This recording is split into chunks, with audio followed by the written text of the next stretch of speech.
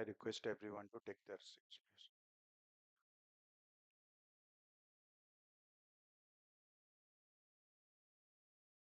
Good evening. Jai Jagannath to all. Today is our fourth law lecture on topics economic offense and its impact on society at large is to be delivered by Honorable Sri Justice Sangam Kumar Sau, Judge, High Court of Odisha. Sir, I please welcome you on the stage.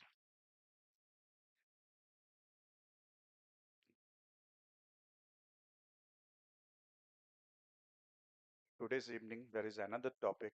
It's legal pleadings and precedent in general. It is to be delivered by Honorable Sri Justice Dikshit Krishna Sripad, Judge, High Court of Orissa. Sir, please.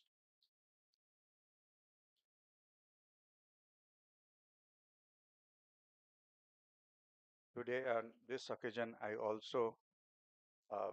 I welcome Honorable Justice Bhattak sir and Honorable Justice uh, Sa- Sir, sorry sir, Sahu sir, and I request our President sir to please take his seat in the podium. I request our Vice President sir, please come to the stage. I request our office bearer, please to hand over a bouquet of flower to our honorable judges.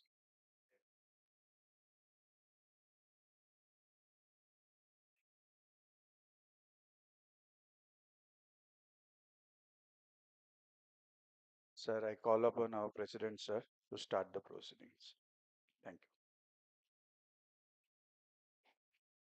Good evening, my Lord Justice Sangam Sau, my Lord Justice Sripad, my Lord Justice Pathak, my Lord Justice Bhagan Shekhar Sau, senior advocates, my dear friends, brothers and sisters.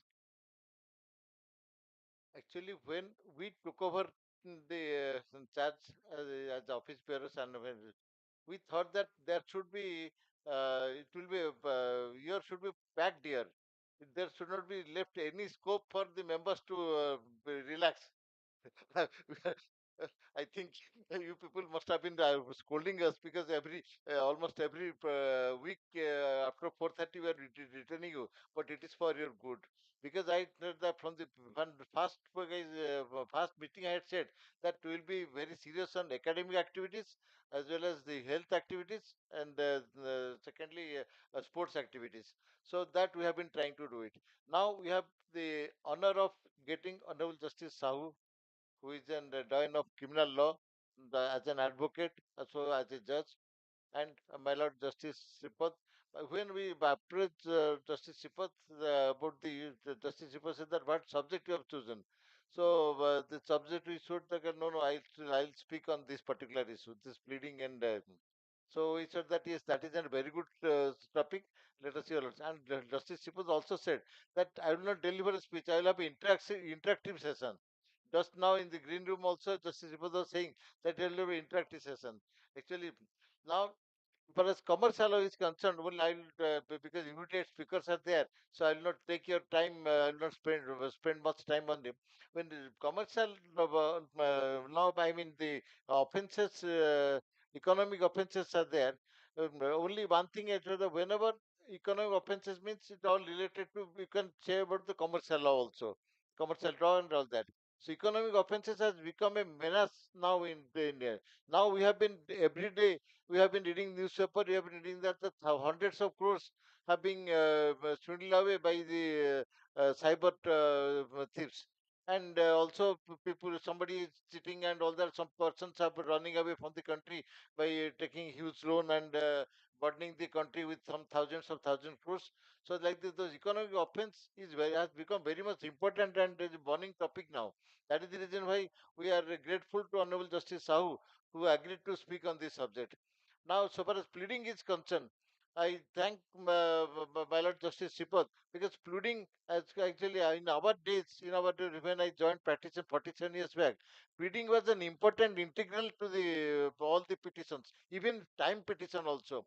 When we were writing time petition, we used to write because there was judgment at that point of time that time petition cannot be granted. So time petition writing saying that because of the difficulty of the lawyer, lawyer is not able to appear, but that is not ground to grant time. So that the client, the petitioner, the plaintiff or defendant, he doesn't have any time to engage another lawyer within a short time. That is the reason it seeks some time. That was the writing. Because basing on the judgment, time petition also we are writing basing on the judgment or law laid down by the Honorable Supreme Court. So that was the kind of here. The Order 7 and Order 8. These are the two. I'm sure that my young friends, they must have read this Order 7 and Rule 8, Order 7 and Order 8 of the CPC. Very much important. In criminal law also, drafting is also very important because, and in civil, especially in second appeal, when they were drafting second appeals, substantial question of law, of course, that is substantial question of law came subsequently. That is, but substantial question of law used to our seniors, my learned senior Dr. Bipin Bhai Rath and my earlier senior Mr. Vibhuti Rath, both of them were brilliant lawyers. So they were saying that you ground first read the law, find out the judgment, then make out a ground, and in the backside of the in office copy, backside of the ground, you just write the citation, so that when matter will be heard, you will or anybody who will argue the matter, it will be easier for him to argue the matter. That is how the importance of pleading is. So that is the reason why my Lord Justice Chipat has chosen this topic, where I am really grateful, and it will be of really of great assistance to my friends. Thank you. Now I request Honorable Justice Chipat to make it. Sorry, sorry. May I request my Lord Justice Sangam Sao to deliver his speech?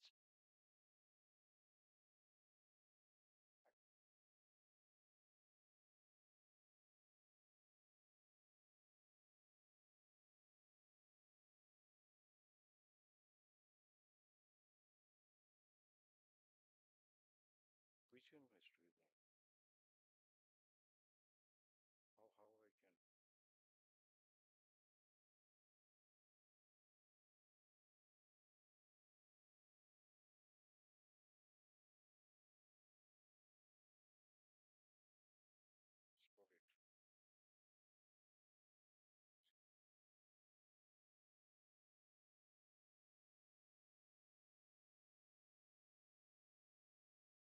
Meaning,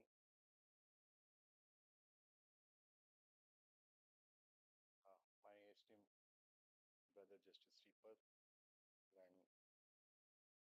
President, Secretary, and Vice President of the Bar Association who are on the dais. It is to ठीक है sir इसको थोड़ा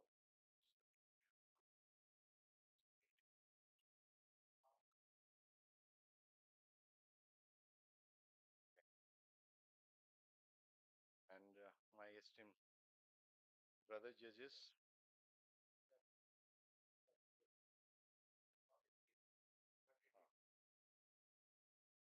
and members of the bar, print and electronic media. So when this topic was assigned to me, uh, most of the thing I have mentioned it from the experience on the bench because I dealt with so many bail applications and other applications relating to the economic offenses. So the study was at that point of time, and when I went through my own orders judgment, it helped me a lot. And after, after I made this preparation, I requested the CPC to make it a PowerPoint presentation because I think that it will be helpful to the young members of the bar. And uh, if you are not having the any notebook with you, please don't worry because this program is being live streamed, and afterwards you can see it also, but listen carefully. So, the topic is economic offense and its impact on society at large. In Odia, if we translate it, it becomes অর্থনৈতিক অপরাধর সামাজিক প্রভাব. So, this begin with a quotation from John Kenneth Galbraith, states that crimes of violence strike at the body.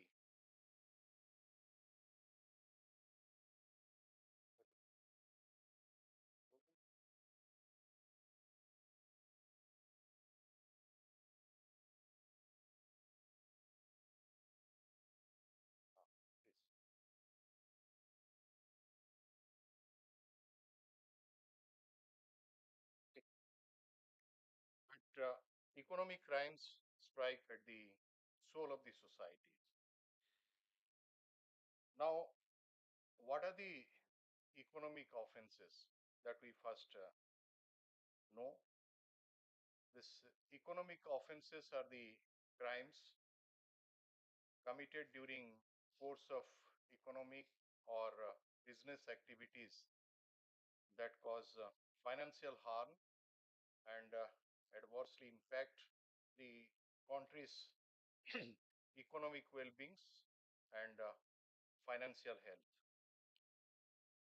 Economic offenses typically involve fraudulent activities such as tax evasion, money laundering, bank fraud, securities scams, corporate fraud, smugglings, and corruption that affect both public and private financial interests. Economic offenses are considered more serious than conventional crimes as it affects the entire economy and pose a serious threat to the financial health of the country while seeking public confidence in the financial system. Economic offenses often involve complex transactions, sophisticated methods, significant amount of public money, making them different from the regular offenses and requiring specialized investigation and prosecution approaches. Economic offenders are having sentiment of probity which increases criminality against society based on psychology orientation. In economic offenses, the victims are usually the state or a section of public, particularly the consuming public. Economic offenses in particular can be committed from anywhere with the misuse of the technology initially invented for overall welfare and benefit of the mankind. The internet has made it very simple and feasible for the economic offenders to go their work without getting physical with their targets. Economic offenses are finding a new modus operandi every day. Qualifications of the offenders, like being in particular profession or occupation and oblique or having specialized skill or professional and technical nature. Economic offenses are calculated to prevent or obstruct the economic development of the country, endanger its economic health, including evasion of taxes, misusing of position by public servants, hoarding, black marketing, adulteration of food and drugs, theft, and misappropriation of public property funds, trafficking in license and permits. Offenders of economic offenses have a motive of greed, materialistic avarice, or rapaciousness, and operation mode of these offenses is fraud, not force, deliberate and willful. Now, what is the difference between the normal crimes and economic crimes? Now, normal crimes, also known as traditional crimes, and economic crimes are distinct categories of criminal activities, though both can have serious consequences. Traditional crimes such as murder, theft involve direct physical harm or property damage and are typically dealt with general criminal law, whereas economic offenses, on the other hand, often involve financial transactions and can have widespread impacts on the economy and public welfare, and often governed by specific legislation. Violent crimes result in direct physical injury and fear, affecting individuals and their immediate surrounding, whereas economic crimes undermine the ethical and moral fabric of the society, eroding trust in financial institution and justice system. Economic crimes have far-reaching consequences, damaging societal values, and its impact is on the broader population by undermining the economic stability and welfare of the nation. Such offenses are driven by greed and planned meticulously for financial benefits. Economic offenses having deep-rooted conspiracies and involving huge loss of public funds. Such offenses are called white-collar crimes. The economic offenses erode investors' confidence, disrupt market stability, deter foreign investment, and ultimately hampers economic growth. Economic offenses such as fraud and embezzlement primarily affect the national economy and cause widespread monetary losses to the public. Economic offenses include money laundering, fraud, tax evasion, and cheating. The entire community is aggrieved if socio-economic offenders who ruin the economic of the state are not brought to the books. Thus, economic offenses are arguably more severe than bodily damages due to their calculated nature and widespread impact. The economic offenses are well planned and managed illegalities primarily involving deception and betrayal committed generally without coercion against the individuals or the public, exclusively for maximum personal financial gains of the perpetrators with or without taking undue advantage of any or more of the technical know-how, power, position, responsibility, and system lacuna, being capable of affecting adversely, directly or indirectly, the society as a whole in terms of any or more morals, values, health, and economy, with consequent after effects over any or more of the national growth, security, defense, and development, apart from triggering cross-border issues and or global concern.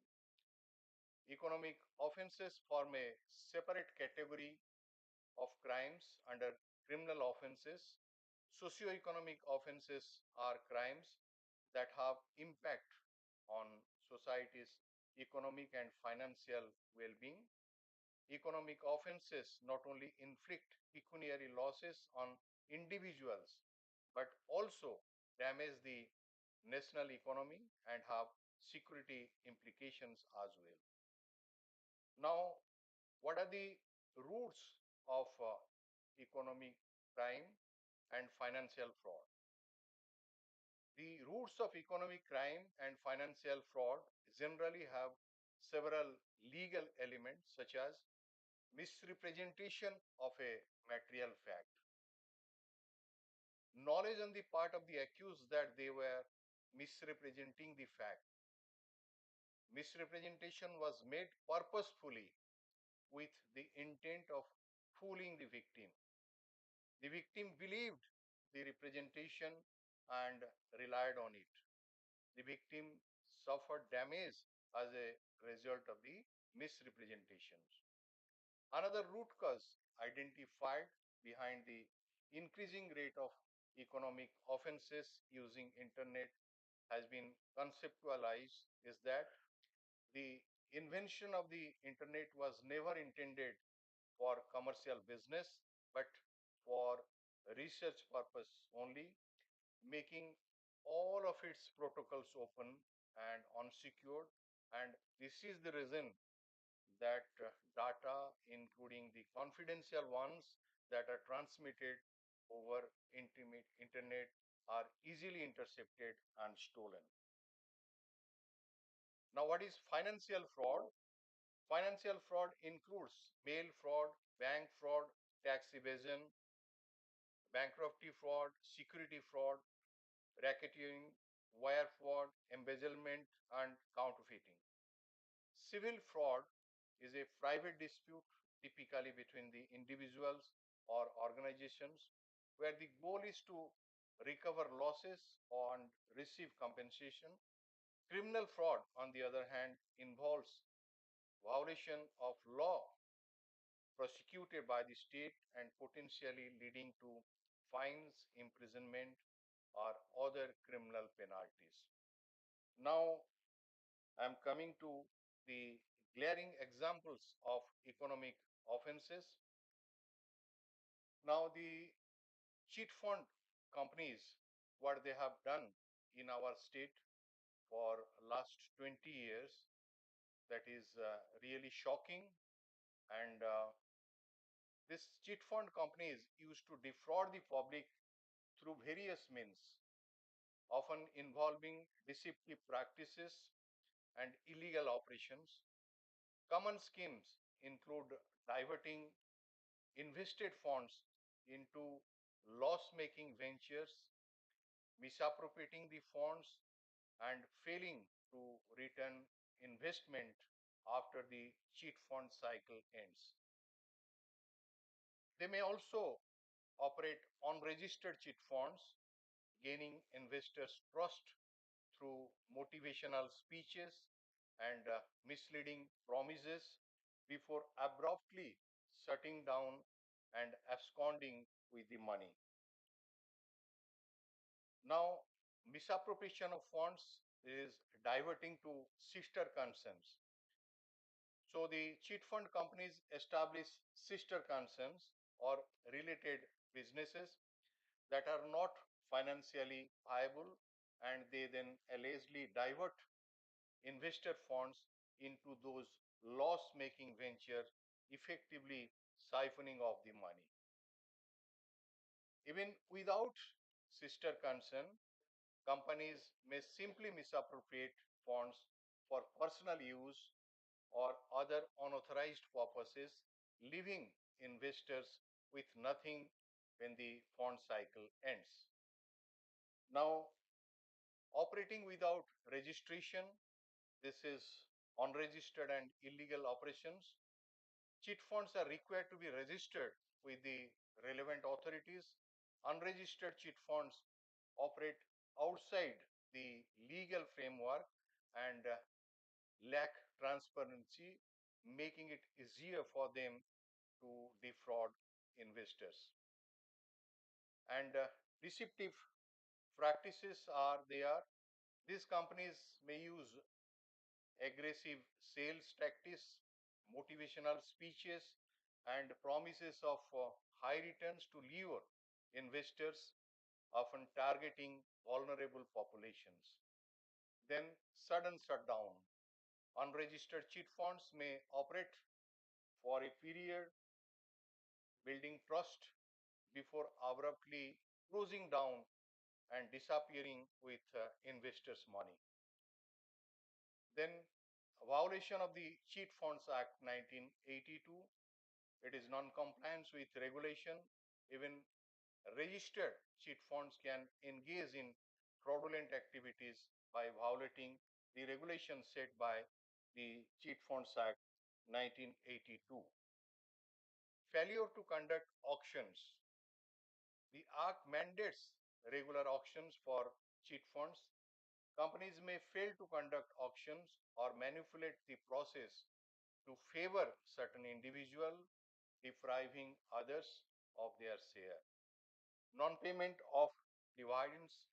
Companies may fail to distribute the dividends to the subscribers as per the terms of the cheat funds, or they may delay or default on payment. And what other deceptive practice the cheat fund companies adopt? High pressure sales. Agents may use high pressure sales tactics, making it difficult for the investors to fully understand the risk involved. And misleading information. Companies may provide false or misleading information about the fund's performance, safety, and returns. Exploitation of trust. They may exploit existing relationship and trust within communities to gain investment. So in essence, cheat fund scams often involve combination of illegal operation, deceptive practices, and a lack of transparency, leaving investors vulnerable and facing significant financial losses. Now, I'm coming to this. There are several cheat fund companies in our state operating, and one of them is this Arthatattva, which is known as AT Group. And this Arthatattva Group is a financial group in Orissa, and that become embroiled in a major cheat fund scam. So the main accused was a computer science diploma holder from Ganjam district, and he left his sales job at an insurance company to start 9 farms under Orthotattva Group that had interest in cooperative society, housing, infrastructure, insurance, equity management, healthcare, knowledge process, outsourcing, information technology, computer hardware's product, including a laptop brand called Systematics, food products, retail and security. So the group promised houses at cheap rates in Bhubaneswar, Baleswar, Barampur, starting a cooperative bank. The group registered under the Companies Act and Multi-Share Cooperative Societies Act, collected money from small investors in Odisha with a promise of high returns ranging from 15 to 20%. Less than a fortnight after this gentleman started his company, the state cooperative department named him as the best young cooperative person. By 2012, a year after he started Orthotattva, he rode cars, traveled abroad, hosted parties in Mumbai, invested in real estate in Kolkata, funded TV serials, Odia films. Some of the earliest investors, they got their money back, but soon the payments dried up. In February 2013, some of the investors filed a fire against the main accused at Baleswar police station. And by then, he has reportedly collected 500 crores from the public. He was arrested and taken into judicial custody. The Supreme Court estimated the cheat fund scam in Odisha to be worth of 4,600 crores, almost two times of Sardha scam in Bengal. But officials peg it over rupees 20,000 crores. The group collected money from the investors with promise of high returns, but ultimately failed to deliver, leading to widespread financial losses for many. This scam involved fraudulent activities, including money laundering, and resulted significant legal action and asset confiscation. The Orthotattva group was involved. It's all right. Involved in a large-scale cheat fund scam in Odisha. The cheat funds are informal saving schemes where investors pool money and expect high returns, but the Orthotattva group allegedly used deceptive practices to defraud investors. One commission was set up by the government, Honorable Justice M. Das, Commission of Inquiry.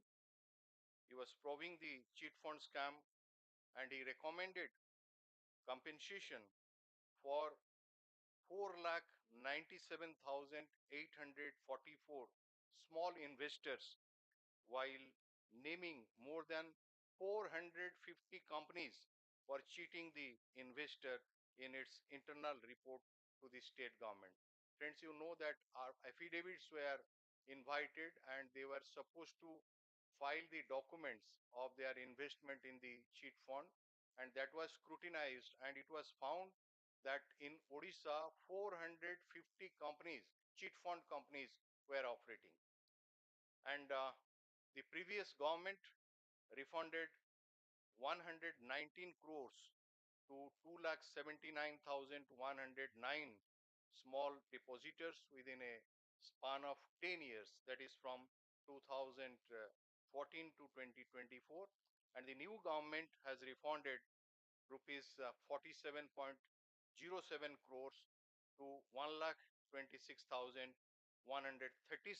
small depositors who are due by cheat fund companies within a year.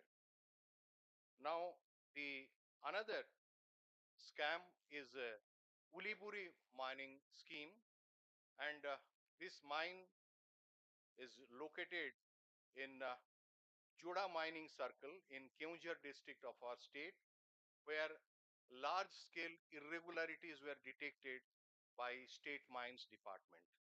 Justice M.B. Shah Commission, which probed a number of mining scam cases, had termed this particular case as one of the biggest illegal mining ever, even as it recommended a CBI probe into the matter. The Shah Commission, while recommending a probe by a central agency in this case, had desired that all the cases should be handed over to the CBI, where the FIRs were registered by police, vigilance, mines, revenue, forest, and other departments from 2008 to 2011. The Enforcement Directorate registered a money laundering case in the 2000 crores Uliburi mining scam in Odisha. How this cheat fund scam cases were investigated by CBI. Some writ petitions were filed seeking transfer of investigation from state agency to the Central Bureau investigation in cheat fund scam cases of state of West Bengal and state of Odisha. And the decision is a leading decision, Subrot Chatoras versus Union of India and others, 2014 58 OCR, Supreme Court 905. And I'm just quoting the Honorable Supreme Court why and how it transferred the investigation to the Central Bureau of Investigation. The it is quoted like this: more importantly, the question is whether this calm was confined only to those who actively managed and participated in the affairs of the companies, or the same flourished on account of support and patronage of others, is an issue that has bothered us all through the hearing of the case.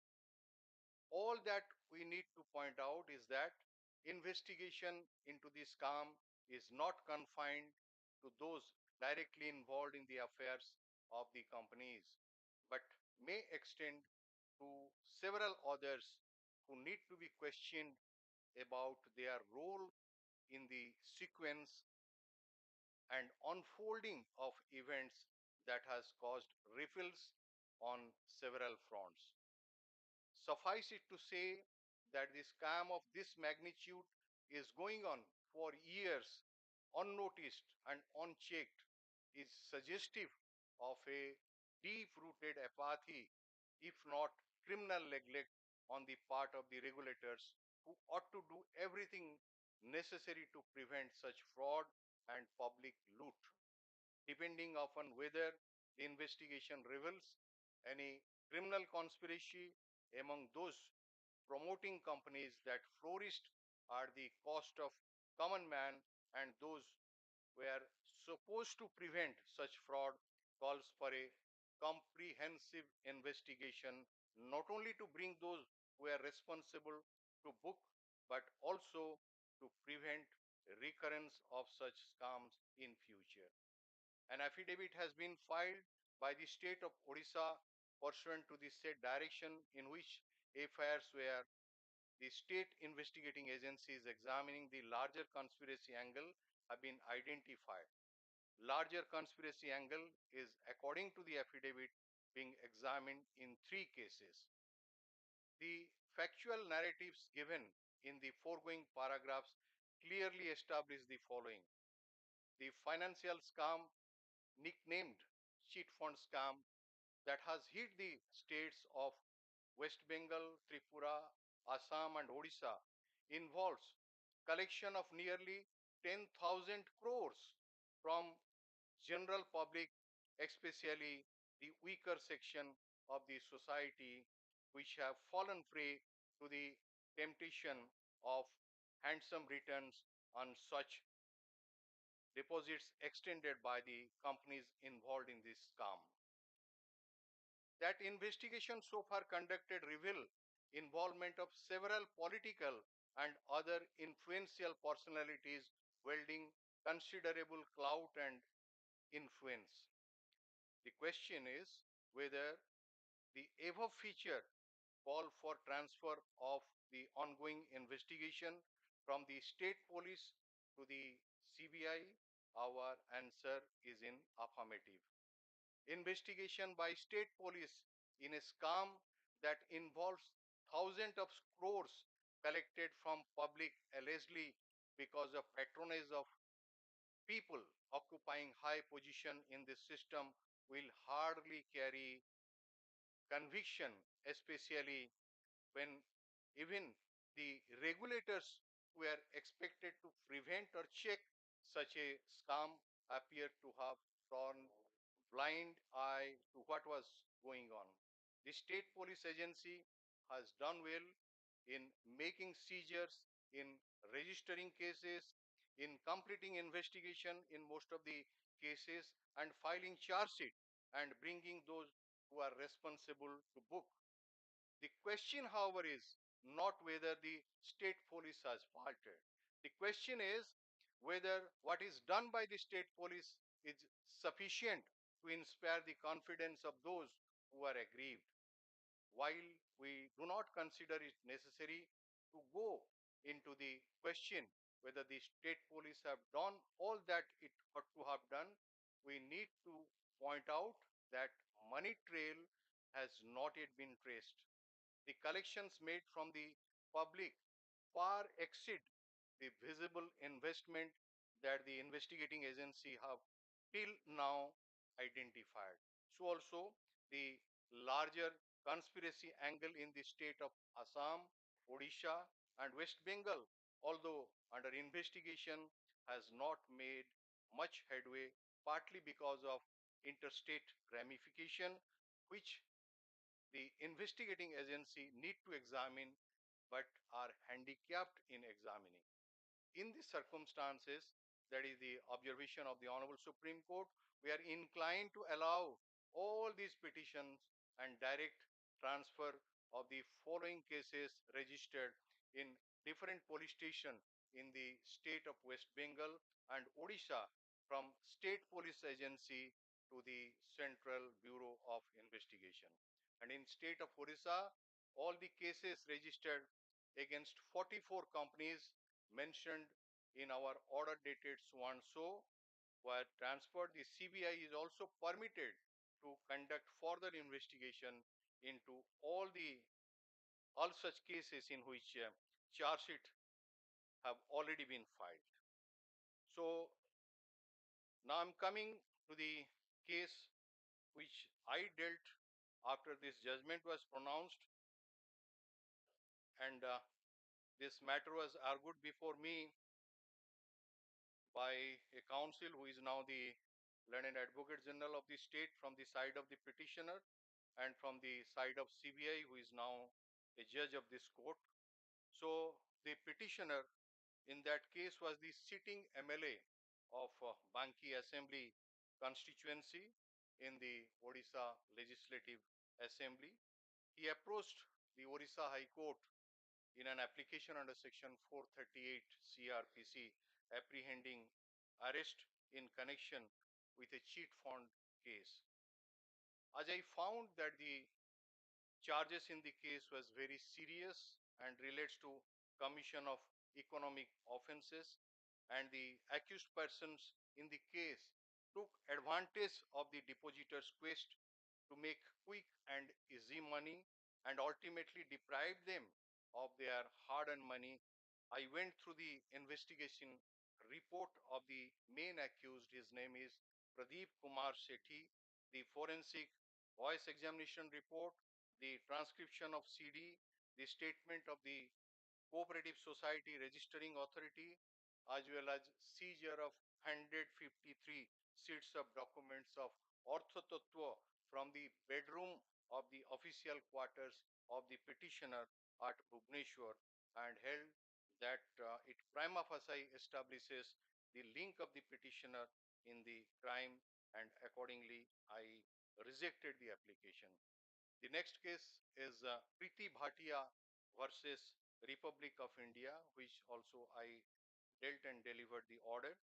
The informant in those cases alleged that they, along with other depositors, paid huge amounts to Orthotattva group of companies for getting higher returns in terms of interest and incentives under various schemes quoted by the 80 group of companies, and the chief plots under various projects undertaken by the 80 group of companies represented by its chief managing director Pradeep Kumar Sethi. The company neither refunded, returned the amount due to depositors' investors as agreed upon, nor constructed the flats as per the agreement, and also did not sell the alleged land to the investors, public depositors. When the investors and depositors asked to refund the money paid to the company, accused Pradeep Sethi and other directors of the company closed down the branch offices at various places of Odisha, as well as the head office of the 80 group of companies located at Kharbel Nagar, Bhubaneswar, and vanished overnight after duping thousands of gullible investors to hundreds of crores of rupees. Investigation further revealed that accused Pradeep Sethi and others, in furtherance of the criminal conspiracy hatched among them, formed a number of companies within a very short period in quick succession, and registered the companies with the Register of Companies Cuttack and also the Register of Companies Mumbai. And one of such 11 companies was Prism Heights Films and Entertainment Private Limited. As per the Memorandum of Association and Article of Association, the main objective of that particular company was to carry on the business of production, marketing, and distribution of feature films, telefilms, documentary films, advertisement films, television shows, TV serials, drama, theatrical, arranging cultural shows, and other entertainment programs and software related thereto in India and abroad. The investigation further revealed, as per charge sheet, that the petitioner Preeti Bhatia was one of the directors of that Prism Heights company, and as a director, she was actively involved in the affairs of AT Group and used to visit the head office of AT Group, frequently attending the meeting. And investigation revealed that 1 crore 17 lakhs 83,000 illegally diverted to the personal account uh, from the of this petitioner from the AT group of companies without any justification, which indicated that in criminal conspiracy with the main accused, he parked the said amount illegally collected. So accordingly, he misappropriated the same, and I rejected the application. The third one is a member of parliament. He was from the 16th Lok Sabha in 2014 from Mayurbhanj constituency in Orissa, and I dealt this matter. He, along with the accused persons, floated number of companies that like Navadiganta Capital Services, Navadigant Properties, etc., etc., and they registered with the Register of Companies in 2011, and the petitioner and 5 other directors, what they have done, that they were the key persons in the management and collected huge deposits from the public, alluring of higher returns through the companies. And the evidence further revealed that they were carrying forward the day-to-day business of the companies and cheated the depositors, and deposited amount have been misappropriated by them. And investigation further revealed that the accused persons have maintained different accounts in different banks, and the certificates were issued to the investors under the signatures of the petitioner and others, and it revealed that that the guidelines of the Reserve Bank of India were not complied with by the company while issuing debentures to the public at large, and the list was furnished before me, and uh, I found that the prima facie case was made out against that petitioner and co-accused persons who have entered into the criminal conspiracy, collected money from public with dishonest and fraudulent intention, alluring of higher returns by violating the norms of the RBI and Companies Act, and they cheated the public to the tune of uh, 8 crore 39 lakh 1,508. So that is how the bail application was rejected. Now I'm coming to another decision which in that economic offense, Deepak Gupta, it is relates to that Ulibori, and he was the director of the Sneha Purush Marketing Private Limited and power of attorney holder of PK Mahanti Mines.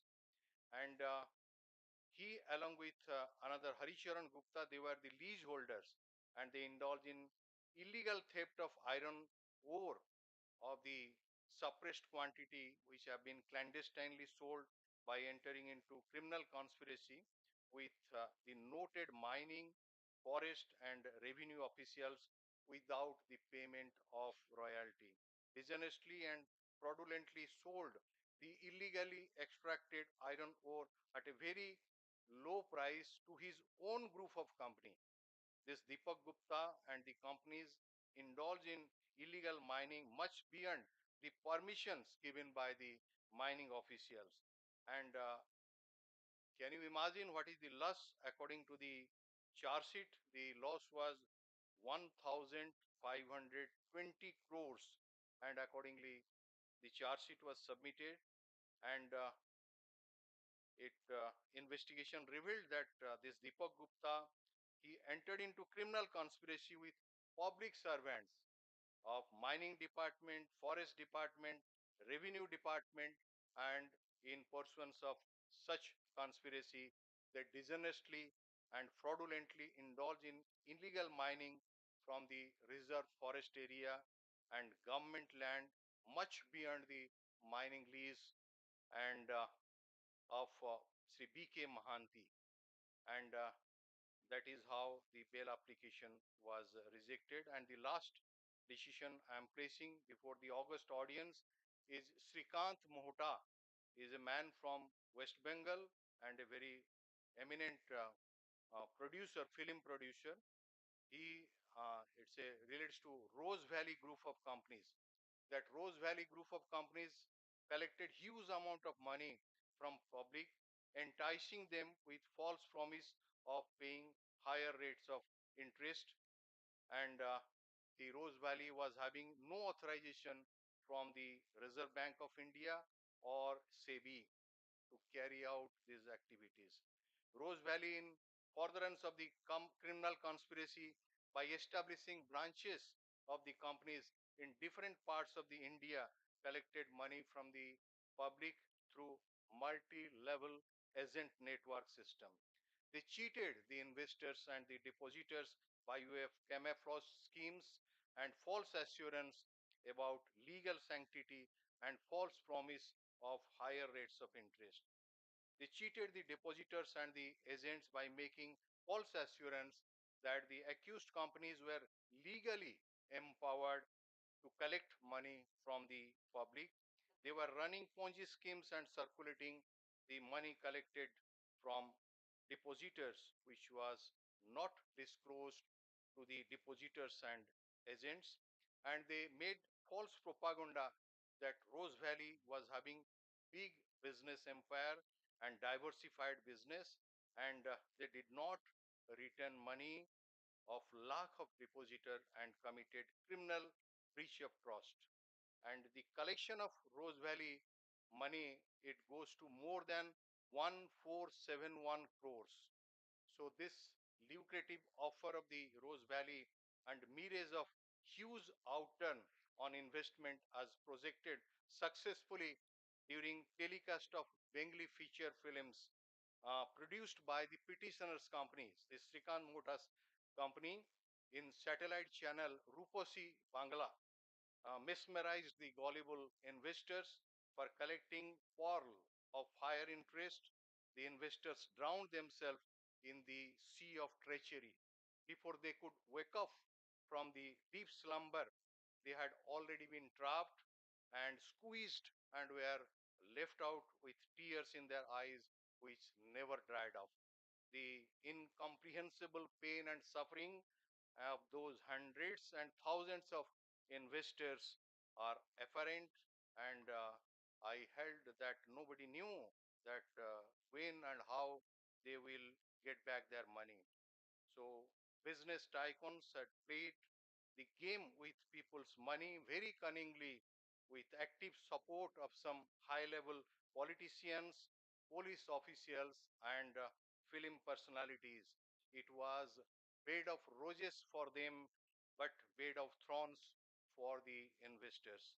And this Srikant Mota was the chief promoter and main director of FEPL, and he had got close link with accused Gautam Kundu, and it was Traced House, and he was a top producer of Bengali film industries, known for production of quality films and wielding considerable clout and influence on the television audience.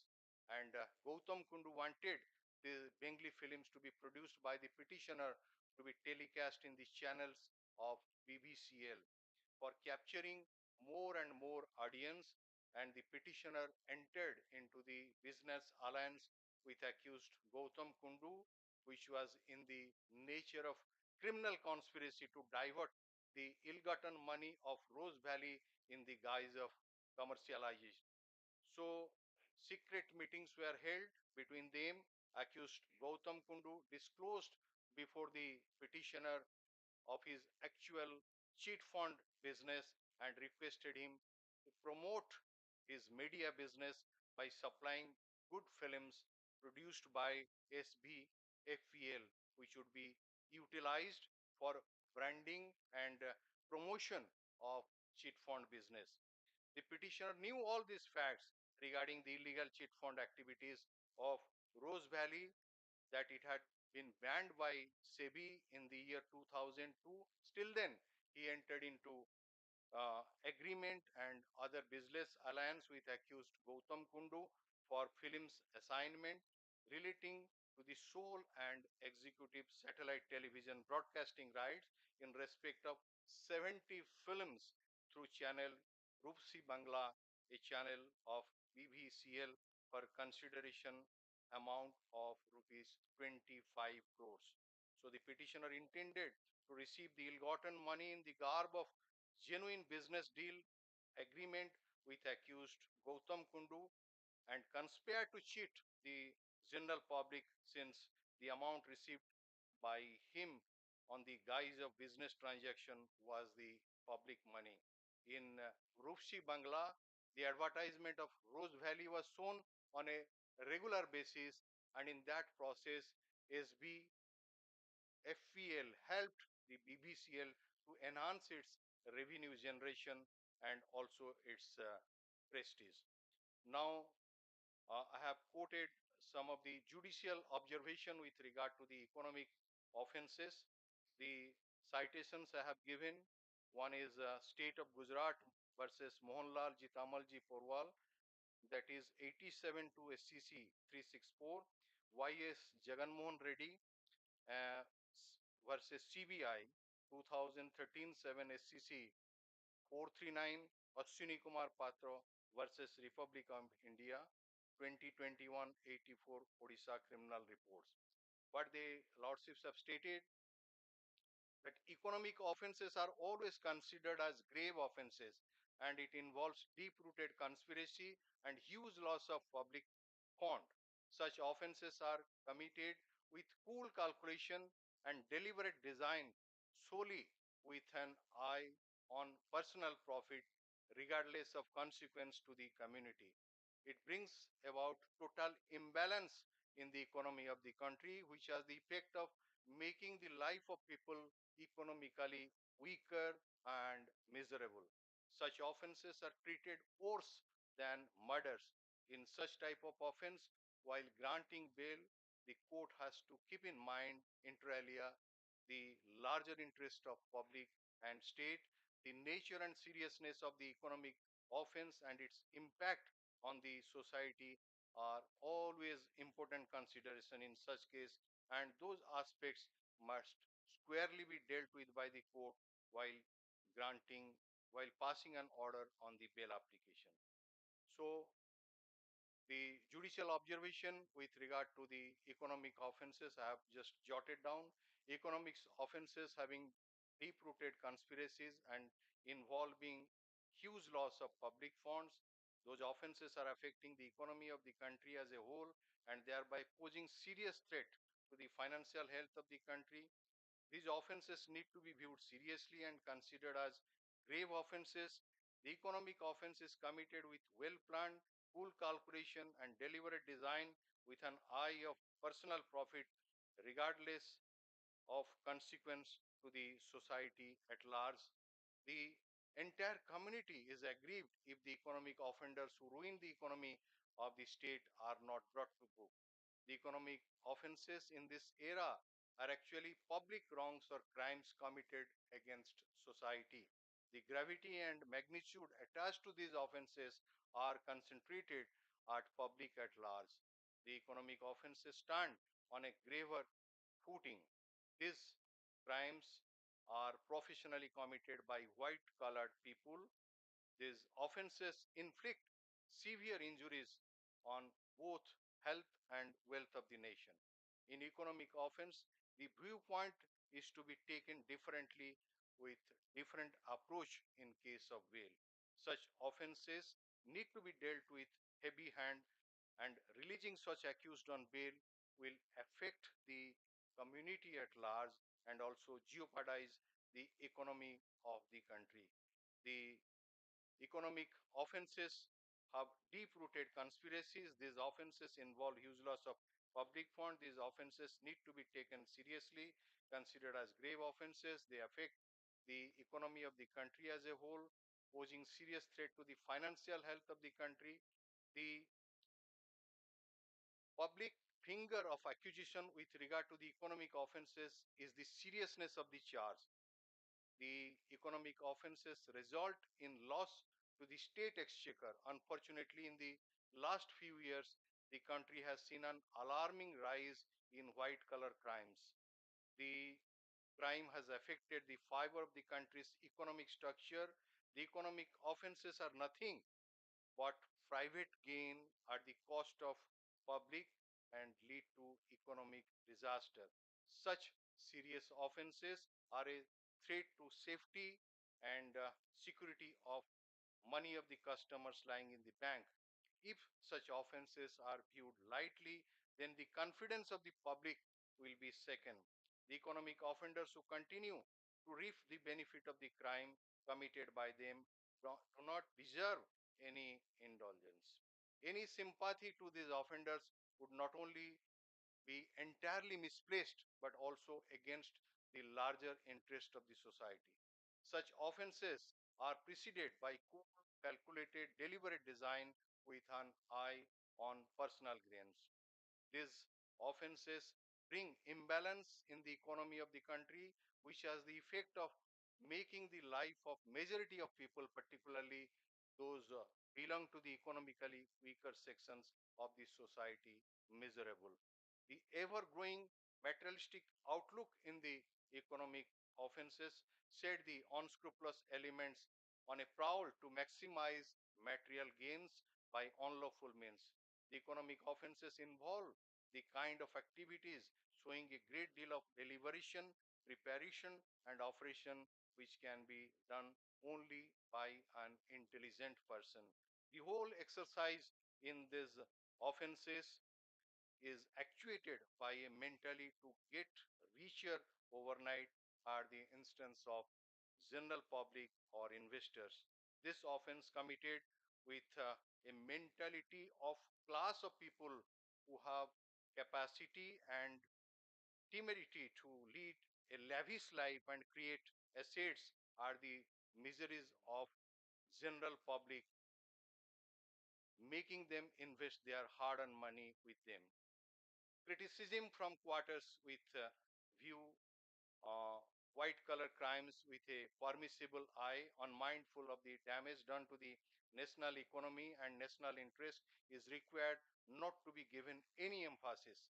Economic offense constitute a class apart and need to be visited with a different approach. Powers of the courts for anticipatory well under section 438 CRPC, which is now 482 BNSS, being an extraordinary remit, has to be exercised sparingly, more so in cases of economic offenses.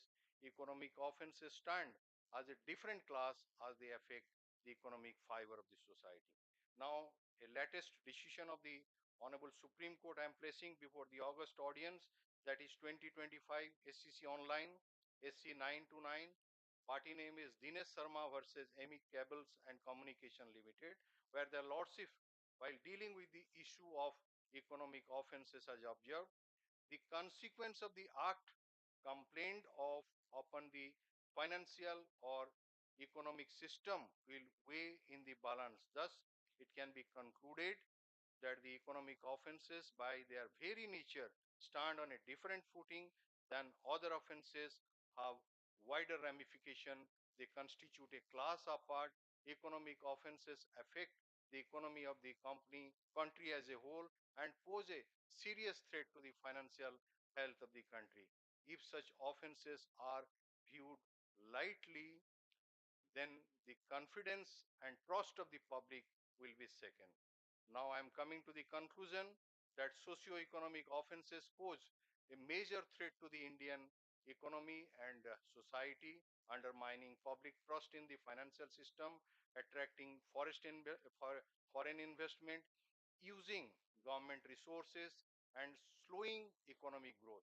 The government and law enforcement should take effective efforts to confront these crimes and ensure a safe and stable economic environment for all. Socio-economic crimes not only affect persons and business, but they also have far reaching economic implications. As a result, it is critical to have strong legal structure capable of properly dealing with those offenses. The socio-economic crimes, current rules and regulation must be strictly enforced. Prevent and uncover these crimes, the government and the law enforcement agency must collaborate closely with financial institutions, regulatory bodies, and other stakeholders to identify and investigate the offenses. A coordinated and proactive approach is required, which includes the use of technology, data analysis, and other modern techniques. Furthermore, there is need for increased public understanding of the economic and social consequence of the socio-economic offense, which can be accomplished through education awareness program that enlighten people about the dangers of financial crime and how to protect themselves. I thank the Lenin President and other office bearers and giving me a chance to tell something about this topic. And I hope that this topic, this discussion will be helpful, particularly to the young generation. Friends, I would say that a lot of pain has been taken by while preparing the same. I am handing over the same to the secretary of the Bar Association with the pen drive. You may collect it from him. Apart from that, it is being live streamed. You can also see. Thank you very much. Namaste.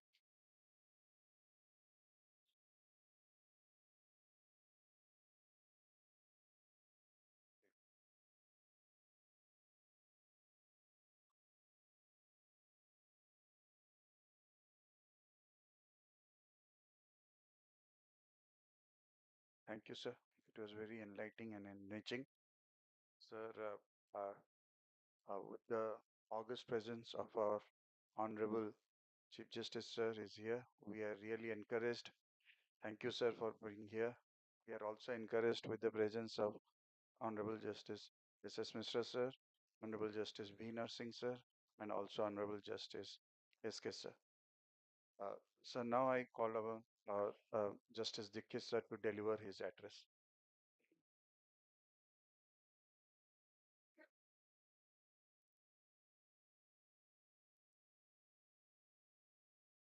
My beloved Chief Justice, Tandon Saab, brother judges, office bearers of the association, ladies and gentlemen. Whenever I am asked to give a lecture, I am a bit hesitant. I confess that.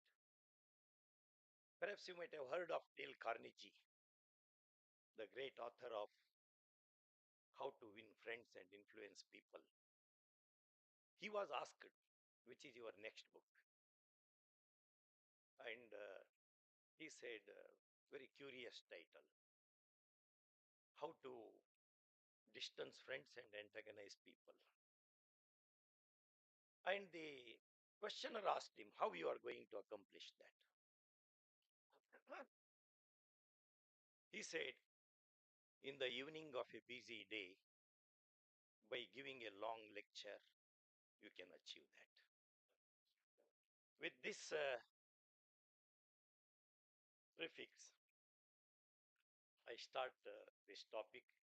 I'm not very sure that you will be impressed by that because you have heard a very wonderful speech of my brother judge, Mr. Sahu Saab, like Nile River flowing slowly without any galata. He completed his speech. My topic is the one which is of daily involvement, pleadings and precedents.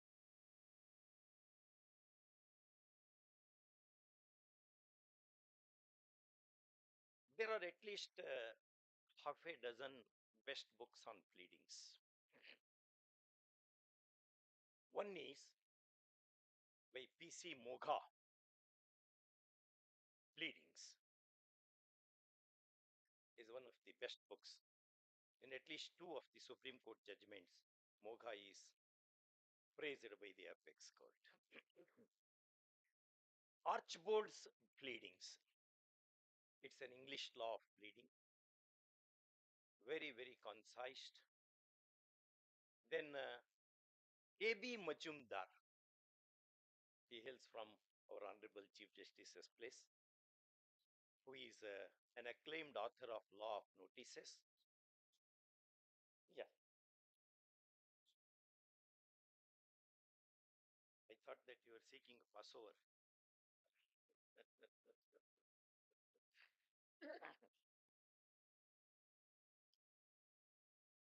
Pleadings, Moga says, determine the battle lines.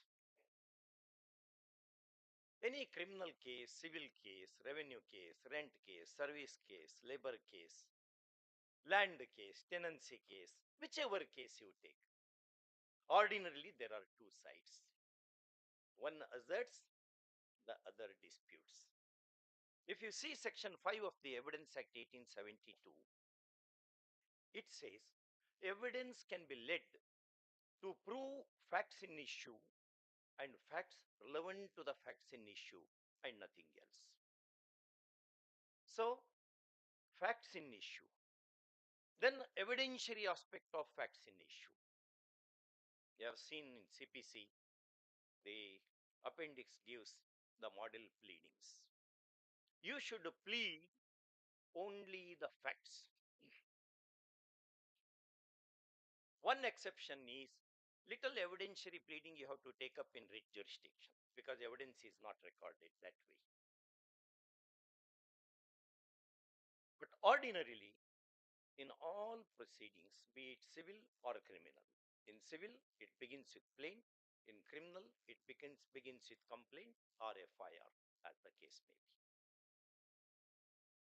The first rule which Archbold suggested to prepare good pleadings is to know the substantive law, the procedural law, then adjective law. If you have to plead, what is that you are going to plead? You are pleading the title facts, which summoned in jurisprudence, 12th edition, Fitzgerald's edition, gives what is meant by title facts. Title facts means which will give rise to rights and obligations of the parties, immunities and capacities of the parties.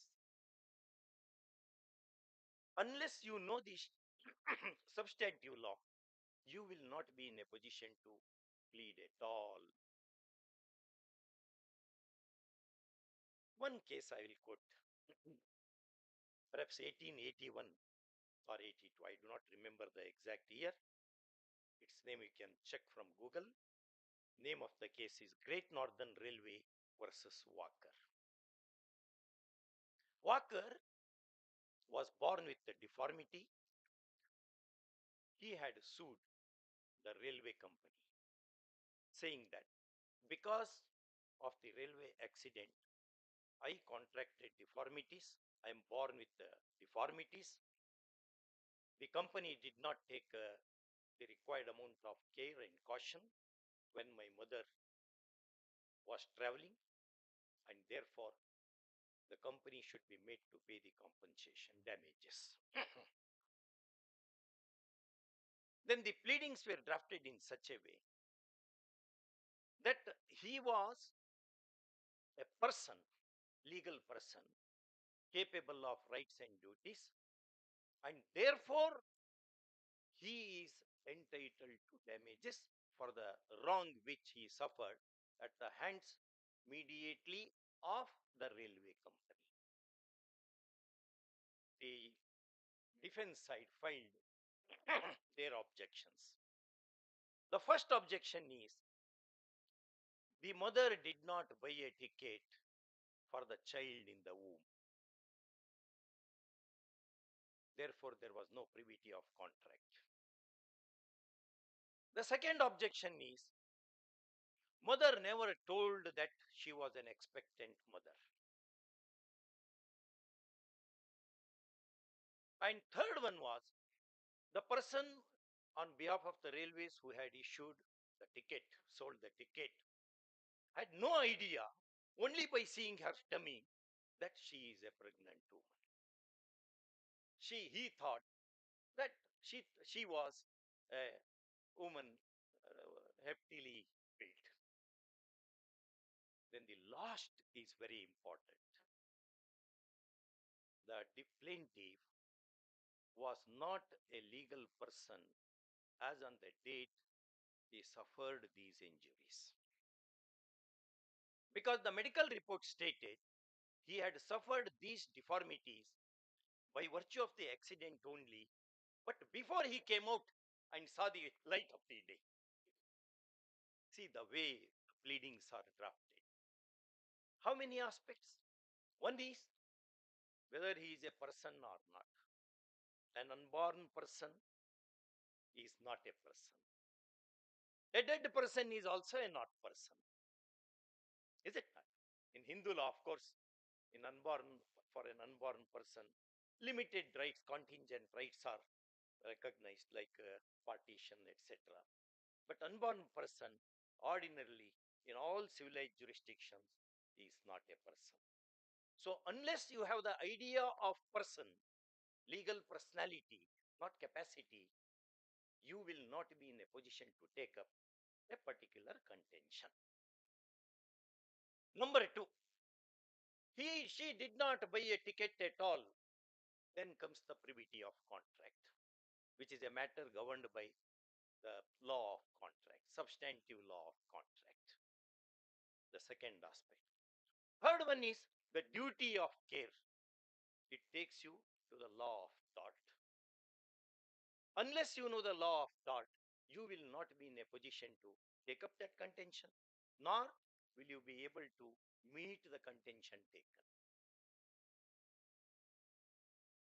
In a very important case, Dred Scott, very important case of America, brothers will be knowing, which was fought in American Supreme Court in 1857, when our war, Sipahi war, the first the struggle for freedom was taking place in India. The contention was Dred Scott was a Negro.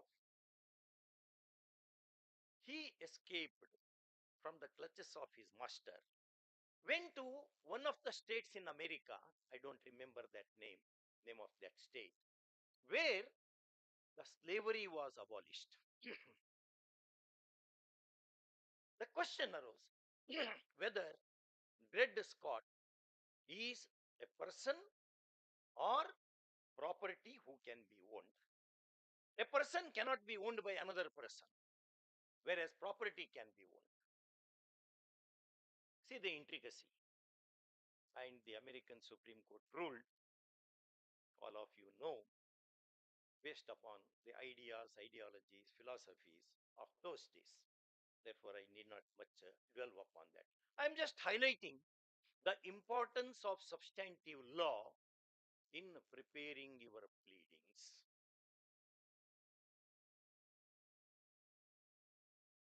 First question will be how are you going to ascertain the law? What is law? what is fact, what is mixed question of law and fact. Therefore, you have to go to the sources of law themselves. This is what Julius Stone, a great scholar, wrote like this. He says, and of course you have seen in Salmon's jurisprudence also, there are at least 4 sources of law, traditional sources of law: legislation, custom. Legislation is made by traditional legislative bodies like parliament, state legislatures, like that. Then custom is law made by society. Legislation arises from the state, custom arises from the society.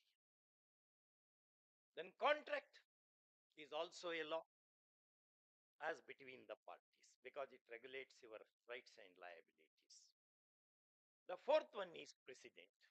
You have seen Article 141, our Article 215, 226, 227, 228. The Supreme Court, law declared by Supreme Court shall be binding upon everybody. So precedent becomes law. So you should know not only just legislation, you have to know if there is a custom, you have to plead the custom, essentials of the custom.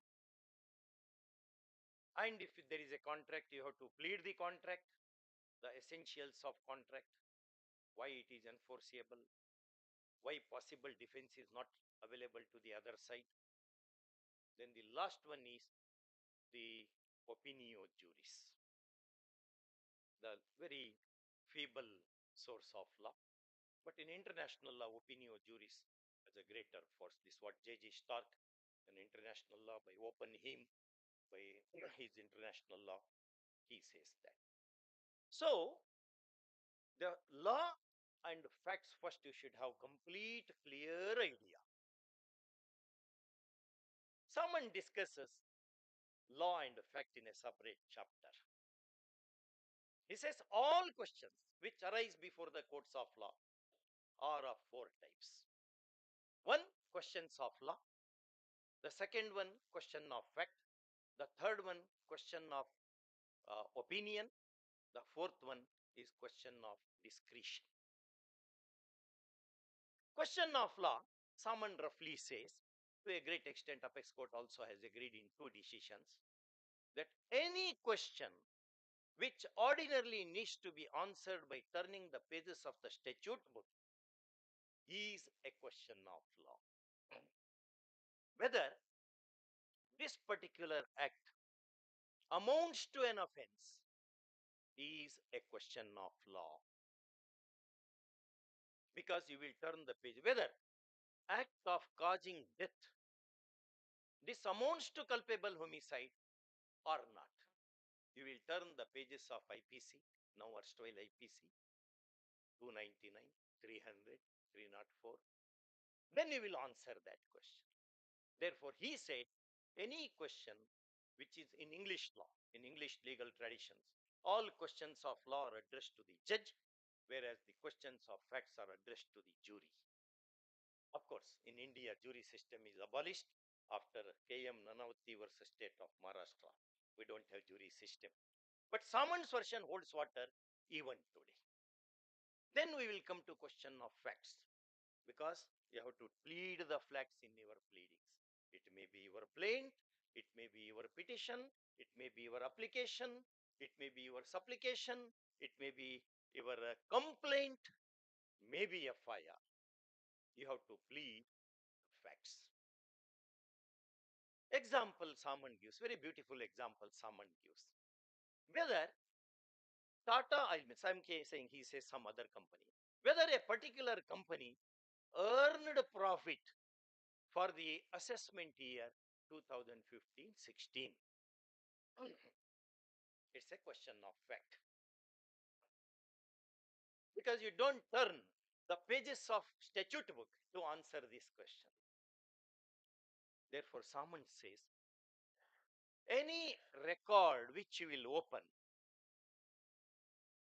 that becomes the question of fact. The fact assumes importance even in right of appeal also. Ordinarily, the first appeal in all civilized jurisdictions, especially in colonial countries, it lies both on law and facts, subject to all just exceptions. But second appeal ordinarily is on substantial question of law or question of law. Therefore, you should have clarity about what is law and what is fact. Whether Alexander had come to India in BC 323 is a question of fact, because you will see the evidence, you will read the history books, you will read the contemporary writings, and will arrive at an opinion. So it's a question of fact. Then question of opinion, whether a person like Alexander will come to Orissa in 2030, it's an opinion. Whether particular company is going to earn profits for the assessment year 2027-28 is a question of opinion. Opinion can be pleaded. Archbold says opinion can be pleaded. Most of the countries, opinion is pleaded. Whether in the next election, which party will come to power is a question of opinion, because it is a rough assessment as to what is going to happen in future. It may happen, may not happen. Opinion also can be pleaded. Then question of discretion, the fourth question. These are the only four questions which will arise before the court. No other question. Even if it is 143 advisory jurisdiction also, it has to fit into one of these four categories. Now discretion. What is discretion? Cardozo in the judicial process, which my brother Nursing is very fond of, refers to discretion. Discretion is not Mughal discretion. I want to give, therefore I will give. I don't want to give, therefore I will not give you. I have given, but I want to take back. All these are Mughal discretions, archaic view of discretion. There is one judgment by Lord Halsbury who said discretion means according to rules of reason and justice. Long ago, at least in a number of decisions of our apex court that has been approved and followed by the apex court. The question is, what is discretion? According to Cardozo, discretion means not deciding a particular question this way or that way, but choosing one of the most relevant principles by the application of which you are going to resolve the question. There will be competing questions in a given fact matrix. Competing principles also will be there. You have to choose one of the best, most relevant of the principles for adjudicating particular issue, for taking a particular decision. That becomes discretion. Ordinarily, matters of discretion are treated as questions of law. There are some statutes which say even first appeal also will be on substantial questions of law. For example, the Employees Compensation Act, Workmen's Compensation Act 1923, Section 30. Now it is Employees Compensation Act 1923. Statute may prescribe that appeal will be on such and such question. It may say appeal is on the question of law, or appeal can be both on the mixed question of law and facts. Several decisions we have seen which are mixed questions of law and facts. Many times we see, even in civil suits, the evidence being pleaded. Evidence should not be ordinarily pleaded unless there is very special circumstance. Evidence has to be led to prove the facts in issue and facts relevant to the facts in issue. Therefore, you are not supposed to plead the evidence, but you have to lead the evidence. But exception is where oral evidence is not taken at all. You have to plead. For example, writ petition. You have to little plead evidentiary aspect also. Petitioner came to be appointed as the district magistrate by virtue of state government's order dated so and so, so and so. Copy of the appointment order is at Annexure A1. Petitioner ought to have been given the selection skill after he completed 5 years of successful service without any blemish by virtue of rule so and so, which reads as under. So you have pleaded the rule. Law is pleaded. Because you can't plead evidence ordinarily in a writ jurisdiction, be it 226 or 227. Ordinarily, oral evidence is not led at all. So that is one exception. If you should know law, then law does not come to anybody by lottery. It does not fall down from the heavens. It does not come to you by prayers. Only Kalidasa could get knowledge from Kali. But for us, from Saraswati. But for us, it is not possible. The only way, perhaps best way, cheapest way is to turn the pages of the books. Many books are becoming destitutes in your library, in the library of Advocate General also, which I visited when I came to Cuttack. Most of the books I have seen, they remain as virgin and they die as virgin. That is an apachara to knowledge, Goddess Saraswati. Tagore said in Gitanjali, Tagore said, it was very beautifully translated to Kannada when I was in a primary school. Yalli manavu ನಿರ್ಭಯದಿ ತಲೆಯನೆತ್ತಿ ನಿಲ್ಲುವುದು ಎಲ್ಲಿ ಜ್ಞಾನ ಸುಧಾಪಾನ ಎಲ್ಲರಿಗೂ ಸಿಗುವುದು ಆ ಸ್ವತಂತ್ರ ಸ್ವರ್ಗಕ್ಕೆ ಏಳಲೇಳಲೇಳಲಿ ನಮ್ಮ ನಾಡು. Tagore sang, where the knowledge is free and the mind is held high, unto this land, oh my Lord, I be stimulated to walk on. It is a land of knowledge. Bharata, India, that is Bharat, is a union of states, said Dr. Ambedkar in first article of the Constitution. India, comma, that is Bharat. This is Bharat because Bha in English, in Sanskrit, means knowledge, light. This is a land not of warriors. If you read history of this country, if you read Will Durant on Story of Civilization, at least one volume out of 11 is dedicated for the history of Asia. That is our Oriental heritage. One volume, whole one volume. He says India is not a land of warriors. It is a land of knowledgeable people. Ha means knowledge in Sanskrit. Rat, Nirat, again Sanskrit word only. Those who are engaging themselves in the acquisition of knowledge. 23 universities in the ancient India, including Nalanda, Takshila, your Utkala also. Utkala, Utkrishtakala, combination of two.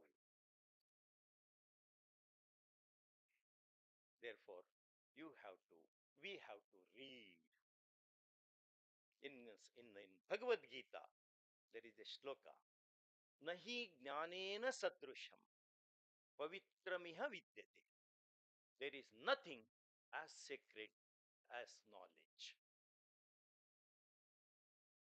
And Prophet Muhammad used to say, ink of a scholar is holier than blood of a martyr. Bible says knowledge is power. You will find some similar sentences or well-meaning sentences better than this also in Janda Avesta of Parsis, Torah of Jews, in the scriptures of Jehovah Witness. Therefore, knowledge is very important. And acquisition of knowledge is imperative for those who are in Saraswata Loka, that is the bar, this bar, not that. This bar is also Saraswata Loka only in its own kind. I am not on that. But this bar, at least few hours one should read. I should say two instances. When Adi Shankara was asked, why you prefer Jnana Marga over Karma Marga, Bhakti Marga? Adi Shankara said, Jnana is very important for beautification of the life. He gave two examples. There was a beggar. The bowl had dilapidated. Some Pandit had told the beggar, if you pray God, he will come and give you anything you want. And he meditated. God appeared. And the beggar asked, for what? Oh God, my bowl is dilapidated. Give me a new bowl. He had sought for new bowl because he had no knowledge at all as to what should be asked. Then another example which Khalil Gibran will give you. A very hungry dog chewing a dry bone, and blood is coming from the mouth.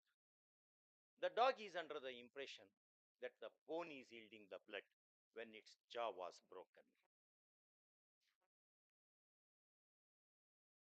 Therefore, those who are in the profession of law, for them, reading is a must. Last one instance I should tell you before I complete this. You are all tired, I know. And this is evening also. And my Lord Honorable Chief Justice has to perhaps travel. I do not know.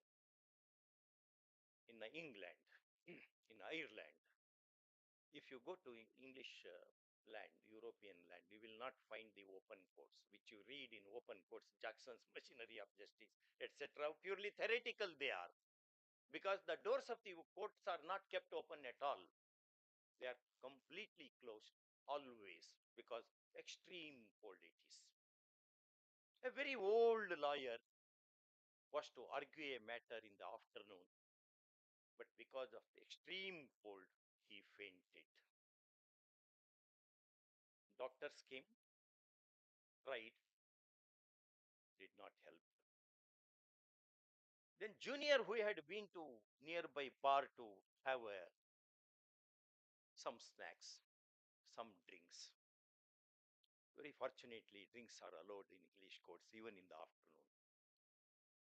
But you need not worry about that. Here it is not permitted. Even in America, where there is rains in 7 states during the daytime, the American Supreme Court will not hold the proceedings. It rages. And wine is supplied by the court master to all the judges. So don't worry, you don't have that provision in the constitution in India. Then when he was about to start argument, he fainted and the doctors could not revive him. The junior came running. What has happened to my senior? He said, doctors failed to revive. Then he went, do you have a library? Old library? Yes, we have. He went to old library, brought old book of Cicero, Cicero's 12 tables, and held, opened that book and held to his mouth, to his nose. After having the smell of this old book, the senior got up and said, which matter I have to argue now? With this, thank you so much. for your smiling faces. I'll come.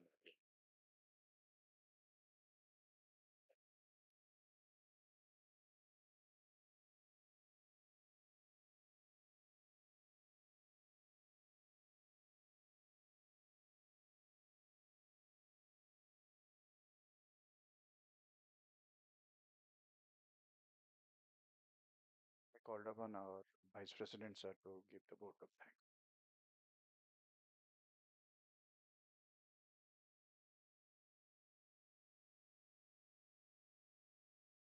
Respected Honorable Justice Sri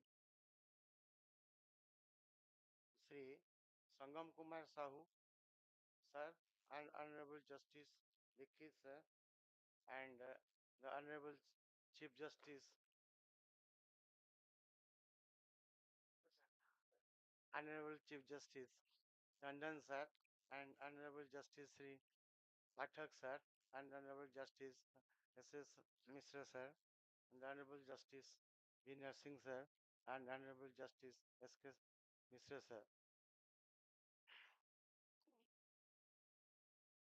The esteemed member of the bar also present here.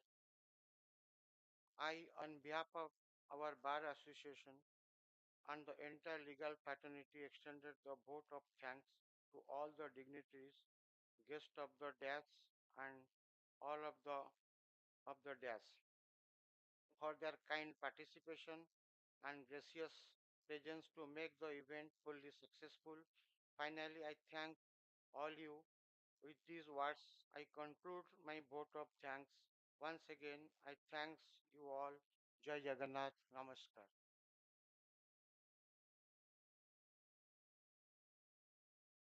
ଆପଣଙ୍କ ସମସ୍ତଙ୍କ ପାଇଁ refreshment ତଳେ ହେଇଛି please ନେବେ food packets ଅଛି